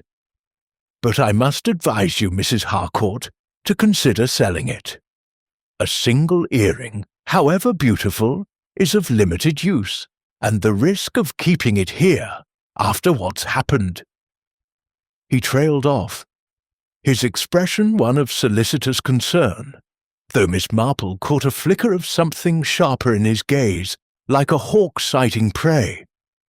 Mrs. Harcourt frowned, her fingers twisting the lace of her sleeve. "Sell it? Oh, I couldn't. It was Edward's gift, you see, part of a pair he chose with such care. I'd rather have a new one made to match, as you suggested." Her voice was firm, but Miss Marple noted the uncertainty in her eyes, the way she looked to Mr. Vance for reassurance. Miss Marple set her knitting aside, leaning forward slightly. "Might I have a closer look, Mr. Vance?" she asked, her voice mild but with a hint of curiosity. "I've always been fascinated by fine jewellery, though I've little of my own. Just an old lady's whimsy, you understand." She smiled, her eyes crinkling, but her request was deliberate. A chance to observe the earring, and Mr. Vance more closely. The jeweller hesitated, his fingers tightening briefly around the earring, but he recovered quickly, offering it to her with a polite nod. "Of course, Miss Marple. It's a pleasure to share such craftsmanship." He handed her the jewel, along with a small magnifying glass from his case, and she took both with a murmur of thanks. Under the magnifying glass, the sapphire gleamed with a depth that seemed to hold secrets of its own. Miss Marple turned it slowly, her untrained eye searching for what her instincts told her to seek. The setting, intricate and gold, was flawless to a casual glance, but as she tilted the earring, she noticed a faint cloudiness in the sapphire's depths, a subtle imperfection invisible without scrutiny. The clasp, too, bore a minute mark, as if it had been pried open and reset with care. She recalled a village jeweller in St. Mary Mead, a man who had tampered with settings to disguise his substitutions, and her heart quickened, though her face remained serene. "How extraordinary," she said, handing the earring back to Mr. Vance with a smile. "Such a beautiful stone, though I confess I'm no expert." "You must see many such treasures in your work, Mr. Vance." Her tone was admiring, but her eyes were sharp, noting the way he took the earring with a touch too much eagerness, his fingers closing around it as if to shield it from further inspection. "Indeed," he replied, slipping the earring into its velvet box. "It's a privilege to handle such pieces, though it comes with responsibility. I'll take this to my shop for a thorough cleaning and check, Mrs. Harcourt, if you agree. No charge, of course." His offer was smooth, almost rehearsed, and Miss Marple's suspicions deepened. A thorough cleaning, she thought, could cover a multitude of sins. Mrs. Harcourt nodded, her relief evident. "That's very kind, Mr. Vance. I do feel safer knowing it's in your hands." She turned to Miss Marple, her expression softening. You've been so patient, staying on to help with this dreadful business. Have you any thoughts on where we might look next?" Miss Marple folded her hands in her lap, her expression thoughtful. "I've been thinking, Mrs. Harcourt, that the earring may not have left the manor at all. Sometimes things are hidden in plain sight, waiting for the right moment to be found. In St. Mary Mead, we once had a brooch turn up in a flower pot, of all places," she chuckled, but her words were deliberate, a gentle probe to gauge reactions. Mr. Vance's lips twitched, as if suppressing a smile, but he said nothing, busying himself with closing his case. Mrs. Harcourt, however, brightened at the suggestion. "A flower pot? Oh, do you think it could be something like that? We should search the conservatory, perhaps, or the dining room again." Her enthusiasm was genuine, but Miss Marple noted the way Mr. Vance's fingers paused, his eyes flicking toward her, as if assessing whether her comment held deeper meaning. As the conversation turned to plans for another search, Miss Marple's thoughts returned to the earring's cloudy depths and tampered setting. The imperfections, subtle as they were, suggested a substitution, a fake crafted to deceive all the most discerning eye. Mr. Vance's expertise, his access to the earring, and his history, as confided by Clara, pointed to a scheme as intricate as the jewel's setting. Yet she needed proof, something tangible to unravel the deception. Her mind drifted to a long-ago theft in St. Mary Mead, where a forged painting had been uncovered by a single misplaced brushstroke. This, she sensed, was no different. A matter of finding the one detail that betrayed the truth. Mrs. Harcourt, rising to ring for tea, paused at the door. "I'll ask Clara to help with the search," she said. "She's been so quiet since the theft, poor girl. I hope she's not too upset." Her concern was genuine, but Miss Marple wondered if Clara's silence stemmed from fear rather than distress, fear of what she knew about Mr. Vance. As the afternoon waned, Miss Marple returned to her knitting, the needles clicking softly, a rhythm that steadied her thoughts. The second earring, she suspected, was the key, not just to the theft but to the thief's intent. Mr. Vance's eagerness to handle it, his suggestion to sell, his offer to replace the lost one, all were threads in a pattern she was beginning to discern. Mr. Blake's debts and Clara's secrets were part of the tapestry, but the jeweller, she felt, was at its centre. The truth, like a knot in her wool, would require careful unpicking. And Miss Marple, with her quiet patience, was determined to see it through. Chapter 9. A pattern emerges. The evening shadows lengthened across Crestwood Manor's library, where Miss Jane Marple sat alone, her knitting abandoned on a side table as she gazed at the fire flickering in the grate. The room, with its shelves of leather-bound books and the faint scent of old paper, was a haven of quiet, a perfect setting for the intricate work of her mind. The events of the past days, the missing sapphire earring, Clara's whispered confession, Mr. Blake's nervous telephone call, and Mr. Vance's too convenient offer to replace the jewel had begun to coalesce into a pattern, like the stitches of her knitting forming a discernible shape. Yet the design was not complete. It required one more careful twist to reveal the whole. Miss Marple's thoughts turned to the remaining earring, now back in Mrs. Harcourt's possession after Mr. Vance's examination. The faint cloudiness she had observed under the magnifying glass, the minute tampering of the setting, lingered in her memory like a discordant note in a familiar tune. She recalled a case in St. Mary Mead, where a jeweller's apprentice had swapped a diamond for a clever imitation, his sleight of hand unnoticed until a chance inspection revealed the fraud. Mr. Vance, with his practised hands and sharp eyes, was no apprentice, but his actions bore the same calculated precision.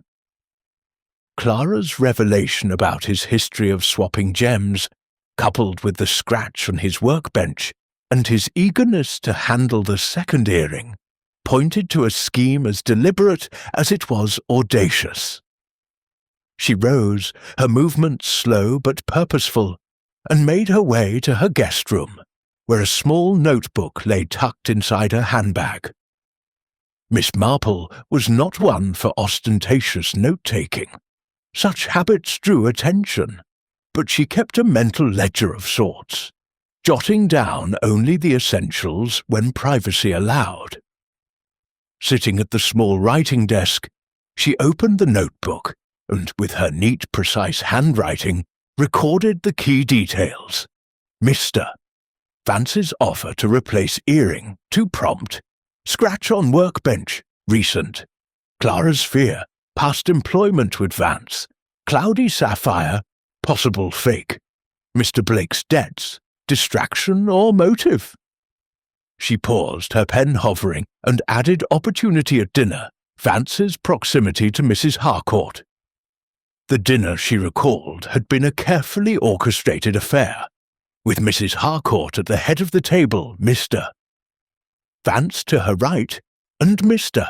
Blake to her left. The earring had vanished from her right ear, placing Mr.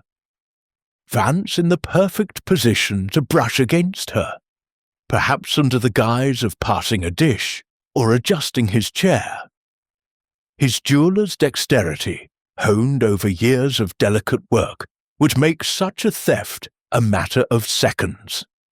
A sleight of hand unnoticed in the glow of candlelight and conversation.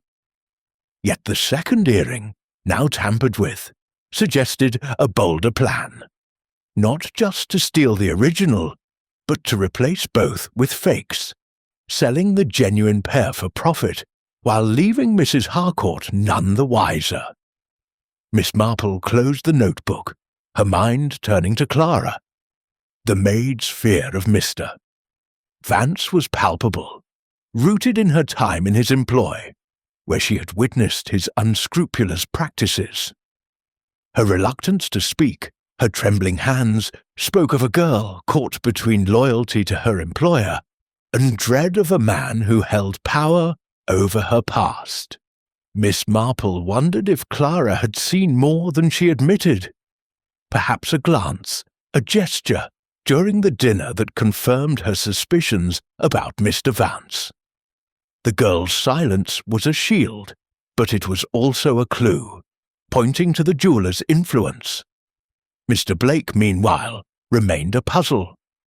His financial troubles, hinted at in his overheard telephone call and confirmed by his nervous demeanour, made him a convenient suspect. But Miss Marple doubted he had the finesse for such a theft. His charm was a blunt instrument, better suited to persuasion than precision. Yet his desperation could make him an unwitting pawn, a distraction to draw attention from the true culprit. She recalled a young man in St. Mary Mead, whose debts had led him to aid a thief, without realizing his role until it was too late. Mr. Blake, she suspected, might be similarly entangled, though his motives remained unclear. As she tucked the notebook away, a soft knock at the door announced Mrs. Harcourt's arrival. The widow entered, her face drawn but composed, clutching the velvet box that held the remaining earring. "Miss Marple," she said, settling into a chair, "I've been thinking about what you said, about having the earring appraised by another jeweller. I've arranged for Mr. Peterson from London to visit tomorrow. Do you think it's wise?" Her voice held a note of uncertainty, as if she feared offending Mr. Miss Marple smiled, her eyes warm but keen. "Very wise, Mrs. Harcourt. It's always best to be certain, especially with something so precious. In St. Mary Mead, we once had a necklace appraised twice, and it saved a dear friend from a terrible loss." Her tone was reassuring, but she noted the relief in Mrs. Harcourt's expression, the way her shoulders relaxed at the validation. "I suppose you're right," Mrs. Harcourt said, opening the box to gaze at the earring. "It's just so hard to believe someone here could have taken it. Mr. Blake has been so kind, staying on to help, and Mr. Vance has been nothing but helpful. Even Clara, though she's been so jumpy." She trailed off, her fingers brushing the sapphire, and Miss Marple saw the flicker of doubt in her eyes, the first crack in her trust. "People are often not what they seem," Miss Marple said gently, her needles resuming their quiet rhythm. "But the truth has a way of showing itself, given time. Have you spoken to Clara again?" She might have remembered something, even something small. Her suggestion was casual, but she watched Mrs. Harcourt closely, noting the way her brow furrowed. "I did try," Mrs. Harcourt admitted, "but she's so quiet, I couldn't get much out of her. She swears she saw nothing, but I wonder, do you think she could be involved?" Her voice dropped, as if the idea were too scandalous to speak aloud. Miss Marple shook her head, her expression thoughtful. "I doubt Clara has the heart for theft, my dear. She's a good girl, but she's frightened, and frightened people often see more than they say. Perhaps a gentle word might coax something out." She paused, then added, "And Mr. Vance, his offer to replace the earring is generous, but it might be worth asking why he's so eager to help." Mrs. Harcourt's eyes widened, as if the thought had not occurred to her. "You don't think? Surely not, Miss Marple. He's a respected jeweller, and he's been so kind." But her voice wavered, and Miss Marple knew the seed of doubt had taken root. As Mrs. Harcourt left to prepare for dinner, Miss Marple sat back, her mind weaving the threads together. The pattern was clearer now. Mr. Vance, with his expertise and opportunity, had likely palmed the earring during dinner, replacing it with a fake on the remaining one to complete his deception. The original, she suspected, was hidden in his shop, perhaps among the loose gemstones she had seen waiting to be sold to an unsuspecting buyer. Clara's fear and Mr. Blake's debts were distractions, but they were also pieces of the puzzle, each revealing a facet of the jeweller's plan. The challenge, she knew, was to prove it, a task that required not just evidence, but a trap to catch the thief in his own net. She rose, smoothing her skirt, and glanced out the window at the darkening gardens. The truth, like a shadow in the twilight, was there, waiting to be illuminated. In St. Mary Mead, she had once unravelled a theft by coaxing a confession from a reluctant witness. Here, she sensed, the solution lay in forcing Mr. Vance's hand, revealing his deceit before he could cover his tracks. With a quiet resolve, she tucked her notebook into her handbag and prepared for the next act in the drama of Crestwood Manor. Chapter 10. The Trap. The dining room of Crestwood Manor was once again alight with the glow of candles, their flames dancing in the crystal chandelier and casting fleeting shadows across the polished mahogany table. Mrs. Evelyn Harcourt, determined to restore a semblance of normalcy after the theft of her sapphire earring, had insisted on hosting another dinner.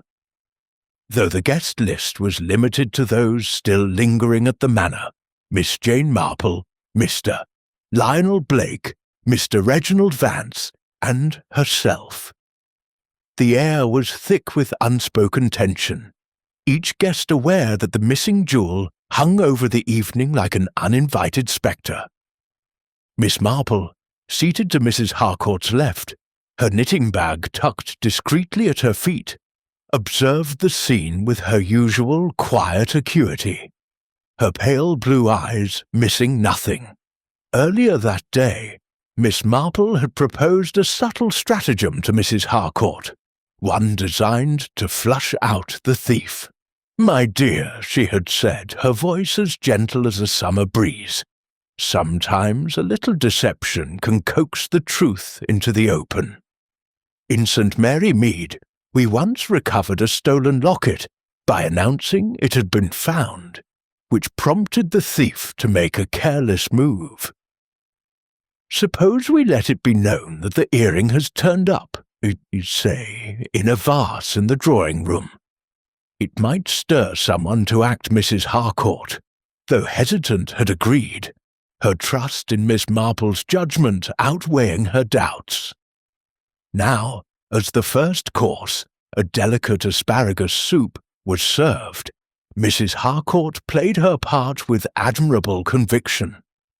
She leaned forward, her emerald dress shimmering, and said with a bright smile, "I have the most marvellous news. This afternoon, Clara found the missing earring in a vase in the drawing-room, of all places. It must have caught on my shawl and fallen in during cocktails." Her voice carried a note of relief, though Miss Marple noted the slight tremor in her hands, betraying her nervousness at the ruse. Mr. Blake, seated across from her, paused with his spoon halfway to his mouth, his dark brows lifting in surprise. "Good heavens, Evelyn, that's splendid!" he exclaimed, his charm resurfacing like a well-rehearsed performance. "In a vase, you say?" What a stroke of luck! His eyes, however, darted to Mr. Vance, and Miss Marple caught a flicker of curiosity, as if he sensed the announcement was not all it seemed. Mr. Vance, to Mrs. Harcourt's right, set his spoon down with deliberate care, his sharp features betraying a momentary flicker of unease. "How extraordinary!" he said, his voice smooth but with a faint edge. "I'd have thought we searched every inch of that room. May I see it?" His request was polite, but Miss Marple noted the intensity in his gaze, the way his fingers twitched as if eager to hold the jewel. Mrs. Harcourt, following Miss Marple's earlier instructions, touched her ear, where a paste replica of the sapphire earring gleamed, a clever imitation borrowed from a friend in St. Mary Mead who dabbled in theatrical props. "Oh, I'm wearing it now," she said, tilting her head to let the candlelight catch the false gem. "Clara polished it up beautifully, and I couldn't resist putting it back on." The replica, indistinguishable to an untrained eye, sparkled convincingly, and Miss Marple watched Mr. Vance closely, noting the way his eyes narrowed, as if searching for flaws in the deception. "That's marvellous," Mr. Vance said, recovering his composure, "though I'd recommend having it checked, just to be sure it's undamaged. I'd be happy to take a look if you like." His offer was as smooth as ever, but Miss Marple caught the faint strain in his voice, the way his hand lingered near his pocket, as if itching to act. Miss Marple, sipping her soup, interjected with a gentle smile, "What a kind offer, Mr. Vance, though I understand Mrs. Harcourt has arranged for Mr. Peterson from London to appraise it tomorrow. A police expert will be joining him, I believe, to ensure everything is in order." Her words were light, almost incidental, but they landed like a pebble in a still pond, sending ripples through the room. Mr. Vance's hand froze, his spoon clattering softly against his bowl. "A police expert," he said, his tone carefully neutral. "That seems thorough." His eyes flicked to Mrs. Harcourt, then back to his plate, and Miss Marple saw the faintest pallor in his cheeks, a crack in his polished facade. Mr. Blake, oblivious to the undercurrents, laughed heartily. "Police, eh? That'll put the wind up whoever thought to pinch it in the first place. Though I suppose they'll be relieved it's been found." He raised his glass in a mock toast, but Miss Marple noted the nervous edge to his laughter, the way his eyes lingered on Mr. Vance, as if sensing a shift in the room's dynamics. Mrs. Harcourt, playing her role to perfection, nodded enthusiastically. "Yes, it's such a relief. I was dreading the idea of replacing it, especially after all your kind offers, Mr. Vance. But now, with both earrings safe, I can rest easy." She touched the replica again, her smile radiant, though Miss Marple saw the tension in her shoulders, the effort it took to maintain the charade. As the meal progressed to a roast lamb, the conversation turned to lighter topics, but the atmosphere remained charged. Miss Marple, her demeanour as unassuming as ever, observed Mr. Vance's every move. His usual composure seemed strained, his smiles tighter, his glances at Mrs. Harcourt's ear more frequent. She recalled a thief in St. Mary Mead who had betrayed himself by returning to the scene of his crime, unable to resist checking his handiwork. Mr. Vance, she suspected, was similarly compelled, his need to confirm the earring's authenticity, or lack thereof, driving him to risk exposure. Clara, serving the meal with her usual quiet efficiency, moved silently around the table, her grey eyes avoiding Mr. Vance's. Miss Marple, catching her glance, offered a reassuring nod, remembering the maid's fear of the jeweller and her confession about his past. Clara's presence, she knew, was another pressure point, a reminder to Mr. Vance of a witness who could unravel his scheme. The maid's hands trembled slightly as she cleared the plates, and Miss Marple wondered if she sensed the trap closing around the true culprit. As dessert, a delicate pear tart was served. Miss Marple leaned toward Mrs. Harcourt, her voice low. "You've done wonderfully, my dear," she murmured. "Keep the replica on, and let's see what happens." People often reveal themselves when they think they're safe. Mrs. Harcourt nodded, her eyes wide but resolute, and Miss Marple felt a quiet satisfaction. The trap was set, and Mr. Vance, she suspected, was already feeling its edges. The dinner drew to a close, and the guests retired to the drawing-room for coffee.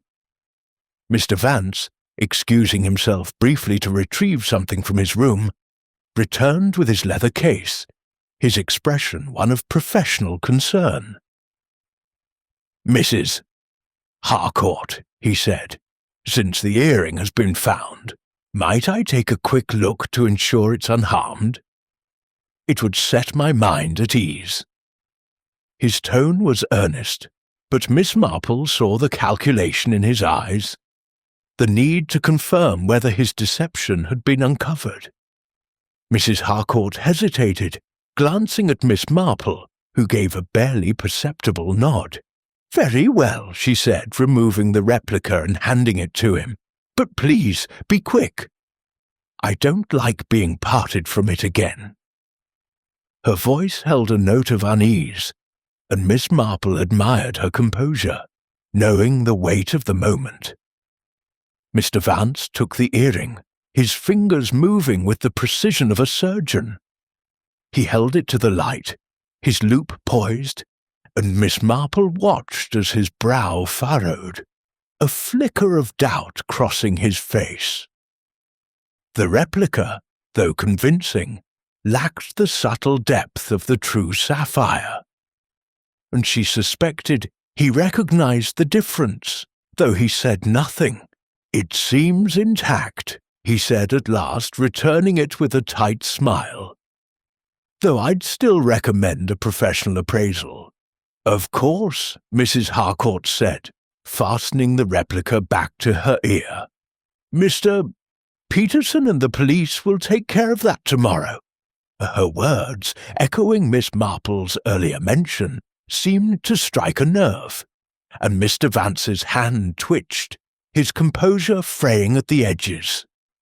As the evening drew to a close, Miss Marple sat back, her knitting resumed, the needles clicking softly. The trap had worked, she thought, stirring Mr. Vance into unease, perhaps even panic. His reaction to the replica, his insistence on examining it, confirmed her suspicions. He had stolen the original earring and tampered with the second, likely intending to replace both with fakes. The truth was close now, like a thread ready to be pulled, and Miss Marple, with her quiet patience, was ready to tug it loose. Chapter 11. The Confession. The morning sun filtered through the heavy drapes of Crestwood Manor's drawing room, casting a muted glow over the assembled company. The air was thick with anticipation, as if the very walls sensed the climax of the drama that had unfolded since the sapphire earring's disappearance. Miss Jane Marple sat in her usual armchair, her knitting needles silent for once, her hands folded neatly in her lap. Her pale blue eyes, sharp behind her spectacles, moved from one face to another, taking in the subtle currents of unease that rippled through the room. Mrs. Evelyn Harcourt stood by the fireplace, her emerald robe replaced by a sombre grey dress, the paste replica earring gleaming falsely at her ear. Mr. Lionel Blake lounged on a settee, his charm subdued by a restless energy, while Mr. Reginald Vance stood near the window, his lean frame rigid, his sharp features betraying a tension he could no longer mask. The ruse of the found earring, orchestrated by Miss Marple, had set the stage for this moment. The announcement of a police expert's imminent arrival, coupled with the presence of the replica, had stirred Mr. Vance into a visible unease the previous evening. Now, with Clara summoned to join them under the pretext of discussing the household search efforts, the trap was poised to spring. Miss Marple, her demeanour as unassuming as ever, knew that the truth, like a thread pulled taut, was ready to unravel. Mrs. Harcourt, her voice steady despite the strain in her eyes, began the conversation.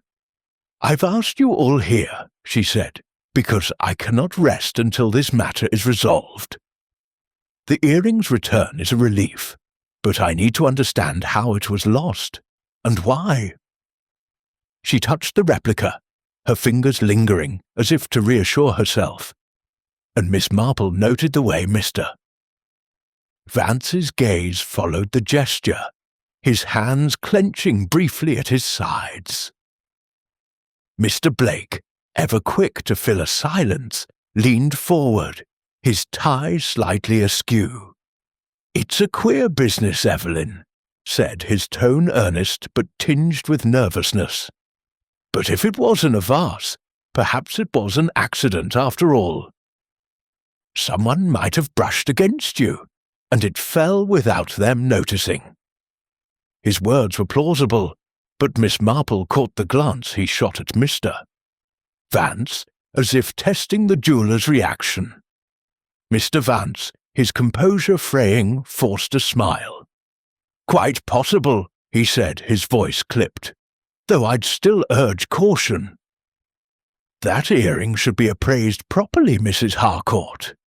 My offer to assist Stance's eyes flicked to the replica, and Miss Marple saw the doubt in them.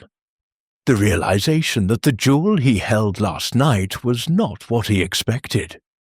Miss Marple, seizing the moment, spoke softly, her tone as gentle as a village gossip sharing a tidbit. "It's curious, isn't it, mister?" "Vance, how the earring turned up so suddenly. In St. Mary Mead, we once had a theft where the culprit hid the stolen item, hoping to retrieve it later. But they were caught when they couldn't resist checking their hiding place." She paused, her eyes meeting his, and saw the faintest flicker of alarm in his sharp features. Clara, standing near the door, shifted uncomfortably, her grey eyes wide with apprehension. Miss Marple, with a reassuring nod, continued, "And Clara, dear, you've been so helpful finding the earring in that vase. Did you notice anything else that night? Perhaps someone near Mrs. Harcourt? Someone whose hands moved quickly?" Her question was kind but deliberate, and she saw Clara's hands twist in her apron, her fear palpable. The maid hesitated, her gaze darting to Mr. Vance, then back to Miss Marple. I don't know, miss," she stammered. "I was serving, but I saw Mr." Vance leaned close to Mrs. Harcourt when he passed the salt. His hands were quick, like they always were in his shop. Her voice trembled, but the words spilled out, as if a dam had broken. Mr. Vance's face paled, his composure cracking like thin ice. "That's absurd," he snapped, his voice sharper than intended. "I merely passed a dish, as anyone might." "Clara, you're mistaken." But his eyes betrayed him, darting to the door as if calculating an escape. Mrs. Harcourt gasped, her hand flying to the replica earring. "Mr. Vance, what is she saying? You were right beside me when it vanished." Her voice rose, a mix of shock and betrayal, and Miss Marple saw the moment's weight settle over the room. With a gentle firmness, Miss Marple stood, her small figure commanding attention despite its frailty. "Mr. Vance," she said, her voice calm but unyielding, "I believe you took the earring during dinner, with the skill of a jeweller accustomed to sleight of hand. You replaced it with a fake, and when you examined the second earring, you tampered with it as well, intending to replace both with counterfeits. The original, I suspect, is hidden in your shop, ready to be sold to a buyer who asks no questions." Her words, delivered with the quiet certainty of truth, hung in the air like a verdict.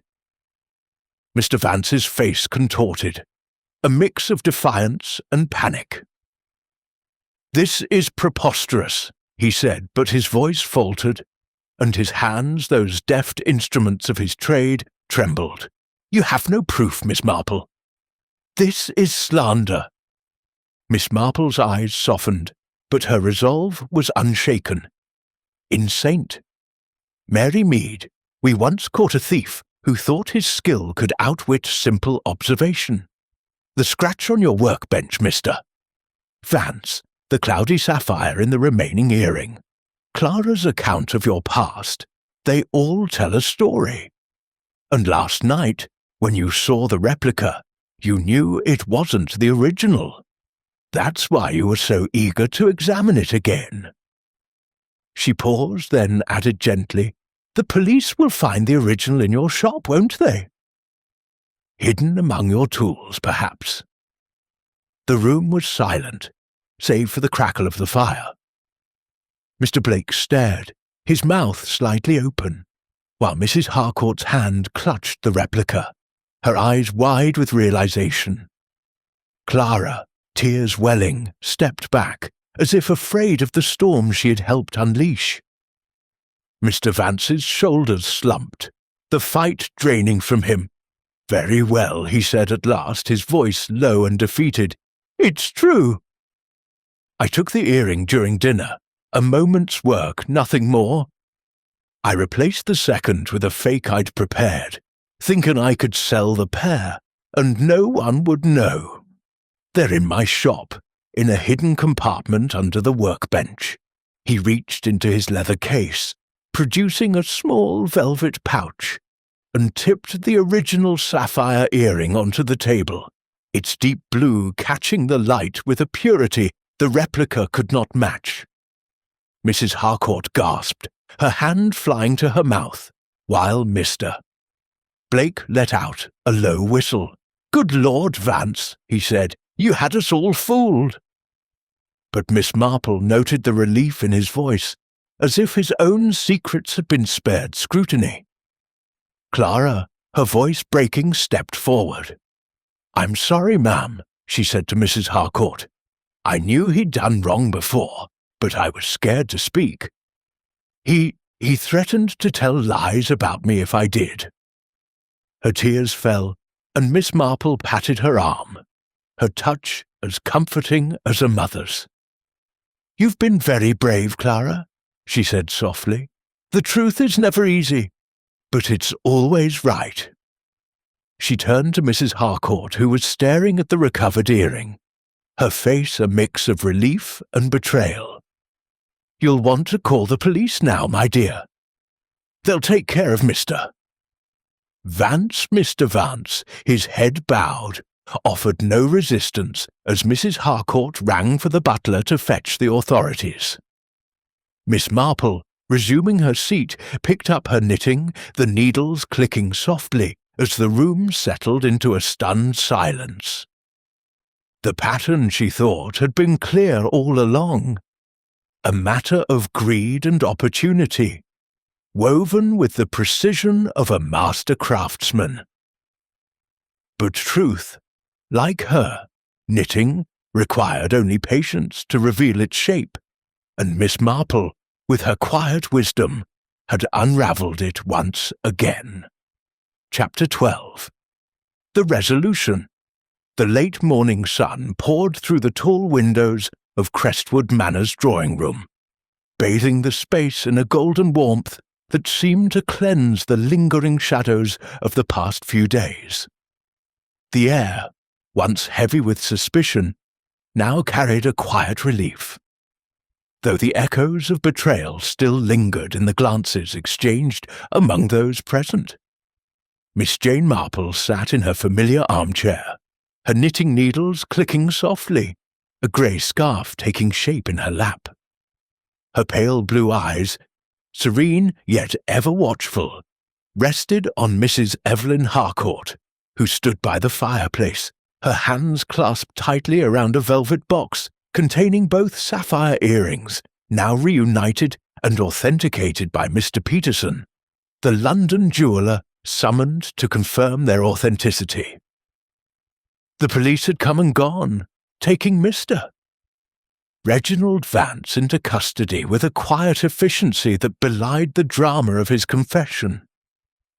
The original earring, retrieved from a hidden compartment beneath his workbench, had been restored to its rightful place beside its twin, their deep blue facets sparkling with a purity that mocked the deceit that had nearly parted them. Mrs. Harcourt, her auburn hair neatly pinned, wore a smile that was equal parts relief and weariness. "I can scarcely believe it's over," she said, her voice soft but steady. "To think it was Mr. Vance all along, someone I trusted. If it weren't for you, Miss Marple, I might never have known." Miss Marple inclined her head, her expression one of gentle humility. "You're very kind, Mrs. Harcourt," she said, her needles pausing briefly.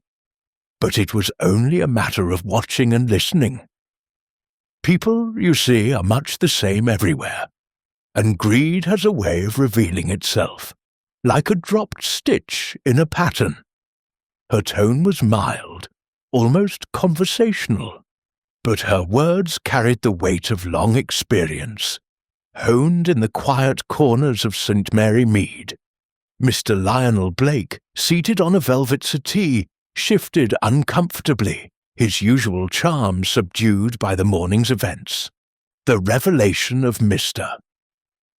Vance's guilt had lifted the shadow of suspicion from him, but Miss Marple noted the lingering unease in his eyes, the way his fingers toyed with a cigarette he did not light. "A dashed clever scheme," he said, his voice attempting its former buoyancy. "Vance had us all fooled, didn't he? Though I must say, Miss Marple, you've a knack for seeing through people. Remind me never to cross you." He forced a laugh, but it rang hollow, and Miss Marple's lips curved in a faint smile, aware of the debts that still weighed on him. Clara, the maid, stood near the door, her grey eyes brighter now, freed from the fear that had shadowed her. Mrs. Harcourt had called her in to thank her for her courage in speaking out, and the girl's relief was palpable, though her cheeks flushed under the attention. "I'm just glad it's all sorted, ma'am," she said, her voice soft but firm. "I never wanted to cause trouble, but I couldn't let Mr. Vance hurt you." She glanced at Miss Marple, her expression one of gratitude, and Miss Marple nodded, her heart warmed by the girl's honesty. Mrs. Harcourt crossed the room to Clara, pressing her hand gently. "You've been a treasure, Clara," she said. "I'm so sorry you felt frightened. I've decided you should have a holiday to visit your mother. And when you return, we'll find you a position that suits you better. Perhaps in the village, if you'd prefer something less eventful." Her smile was kind, and Clara's eyes welled with tears, though she managed a nod of thanks. Miss Marple, watching the exchange, thought of a young maid in Saint. Mary Mead, who had left service after a theft, had shaken her trust in the household. Clara, she sensed, would find her footing, her courage acquired strength that would carry her far. "You've done well, my dear," Miss Marple said softly, her needles resuming their rhythm. "It's not easy to speak the truth, but it's always worth it." Mr. Blake, perhaps eager to shift the focus, cleared his throat.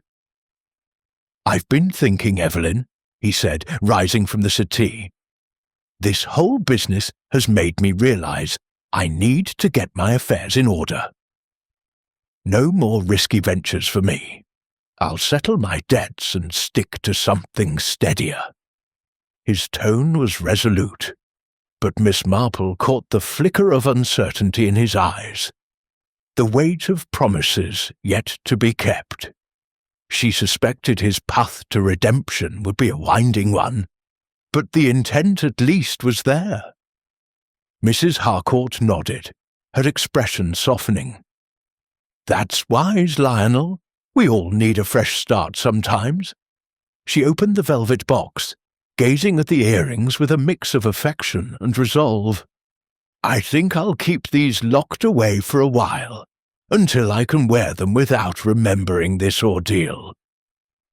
Mr. Peterson says they're genuine, thank goodness, but I'll never look at them quite the same."